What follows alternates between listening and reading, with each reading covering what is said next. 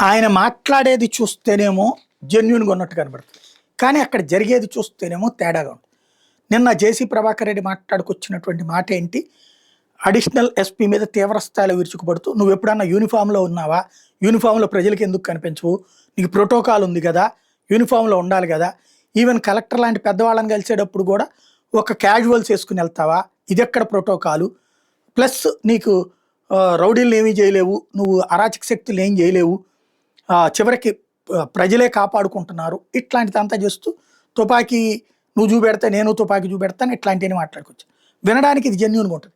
కేతిరెడ్డిని ఇంటికి రానివ్వకపోవడం, అక్కడ ఆయన స్టేట్మెంట్లు, చివరికి ఇంతకు ముందున్న అడిషనల్ ఎస్పీ చైతన్యని వేధించాడు, ఆయనే తీవ్రంగా దుర్భాషలాడు, ఇప్పుడున్న అడిషనల్ ఎస్పీని కూడా వేధిస్తున్నారు, దుర్భాషలాడుతున్నారు. ఇట్లాంటి మనిషిని ఎదురుగుండా పెట్టుకుని మేము లా అండ్ ఆర్డర్ కంట్రోల్లో ఉన్నాం, పోలీసులకి స్వేచ్ఛనిచ్చామని చంద్రబాబు గారు చెప్తున్నారు. మరి ఏంటిది, ఆయన కంట్రోల్ చేయగలరా లేదా? ఇదే ఇప్పుడు మిగతా వాళ్ళు నోట్తో మాట్లాడట్లేదు, గ్రౌండ్ లెవెల్లో అదే జరుగుతున్నది.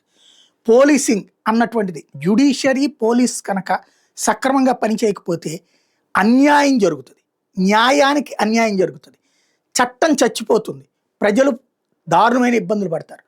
ఇది చెక్ చేసుకోవాల్సింది.